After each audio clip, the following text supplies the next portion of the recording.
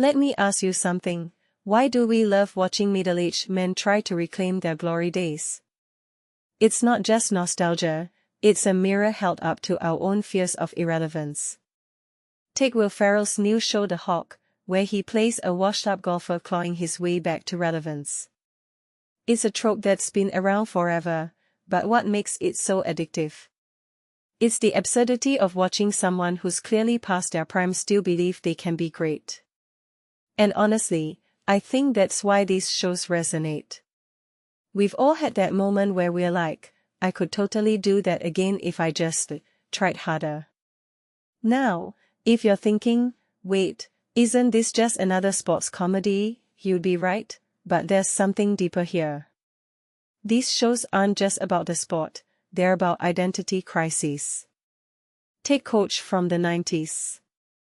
It wasn't just about football, it was about a man trying to balance fatherhood, coaching, and his own fading relevance. Craig T. Nelson's deadpan delivery made it feel real, but the real genius was in the supporting cast. Jerry Van Dyke and Bill Fagerback weren't just sidekicks, they were the emotional anchors. And honestly, I think that's why Coach still holds up. It's a masterclass in making flawed characters relatable.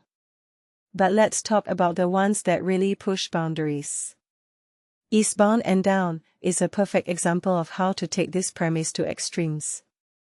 Danny McBride's Kenny Powers isn't just a disgraced MLB player, he's a walking disaster, and that's what makes him so hilarious. The show doesn't shy away from the absurdity of his behavior, and honestly, I think that's what makes it so bold. It's like a comedy version of a Shakespearean tragedy, where the protagonist is both the hero and the joke. And let's not forget Will Ferrell's cameo as a car dealer is a reminder that even in the most chaotic moments, there's a weird sense of camaraderie. Then there's The League, which took the sports comedy formula and flipped it on its head. Instead of focusing on athletes, it followed a group of friends obsessed with fantasy football. It started as a grounded comedy but eventually spiraled into pure chaos. And what's fascinating is how the show managed to keep the humor while also building genuine friendships between the characters.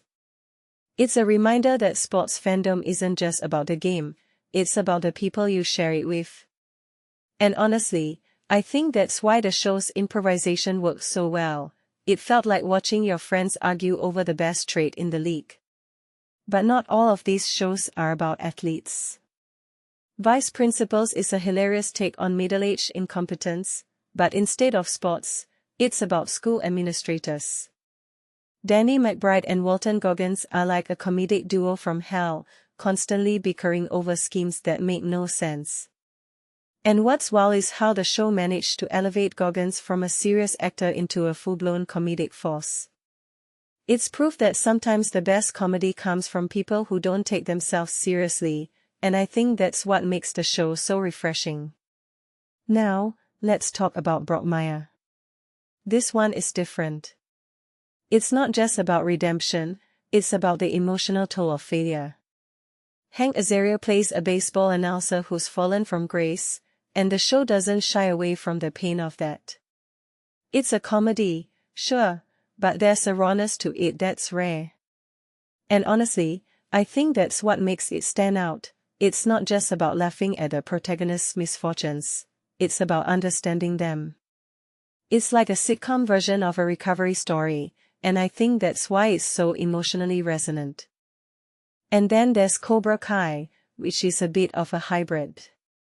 It's about karate, but it's also about middle-aged men dealing with their past. Johnny Lawrence's journey is both funny and heartfelt, and I think that's what makes the show so special. It's not just a nostalgia trip, it's about finding purpose in the midst of a midlife crisis. And honestly, I think that's why it's so popular. It's a reminder that even if you're not the best at something, you can still find meaning in it. So, what does all of this say about us? Why do we crave stories about people who are clearly not on top of their game? I think it's because we all have moments where we feel like we're falling behind. These shows remind us that failure isn't the end, it's just the beginning of a new story. And maybe that's why they're so addictive.